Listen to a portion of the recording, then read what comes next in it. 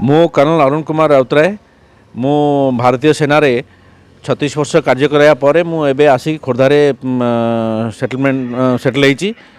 एठी आसला परे मु देखुची बारंबार विद्युत कट बहुत होउची एवं अघोषित विद्युत कट रो शिकार आम माने होउचु।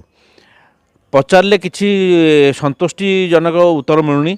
मु ओडिशार regulatory authority electric regulatory authority को पचारे चाहे जे एमाने जो मानकु जो संस्था मानकु या जो कंपनी मानकु एमाने विद्युत वितरण कॉन्ट्रैक्ट देइछंती से माने तांकर रेवेन्यू रु केते परसेंट इलेक्ट्रिसिटी रो इंफ्रास्ट्रक्चर डेवलपमेंट रे लगाउछंती एवं ये जो अघोषित विद्युत कट होउची तार प्रति माने किछि तार टाइम फ्रेम नाही।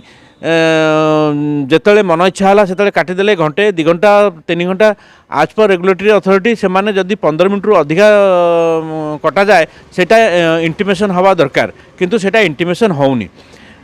पूर्वे मु शुणिया को पाइली जे किछि विद्युत रो अफसर माने जेई माने इन्वॉल्व थिले to promote the inverter business and they had some tie up with the inverter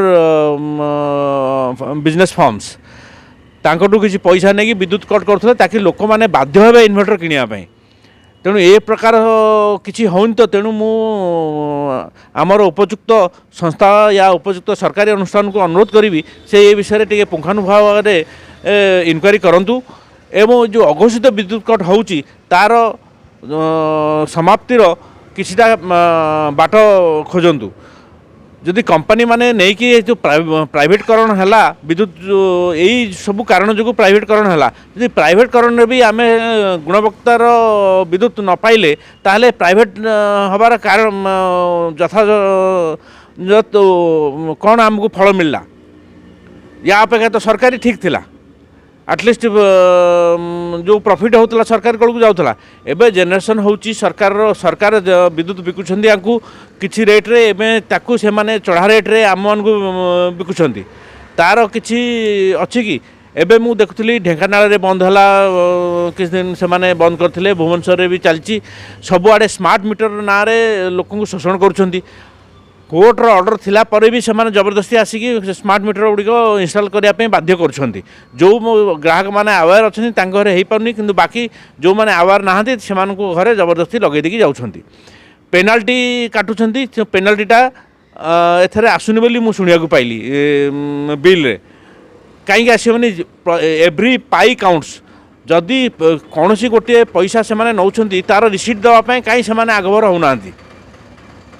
मु ये आपण न्यूज चैनल माध्यम रे सरकार को अनुरोध करी जे जो विद्युत वितरण कंपनी को से माने कैफत मागतु जे ए बाबद रे कहीं से माने नीरव अछंती एवं ए बाबद रे से माने इंफ्रास्ट्रक्चर डेवलपमेंट जो 30% पाखापाखि से माने रेवेन्यू रो इंफ्रास्ट्रक्चर डेवलपमेंट पे लगाया कथा कहीं लगाउ नाहंती।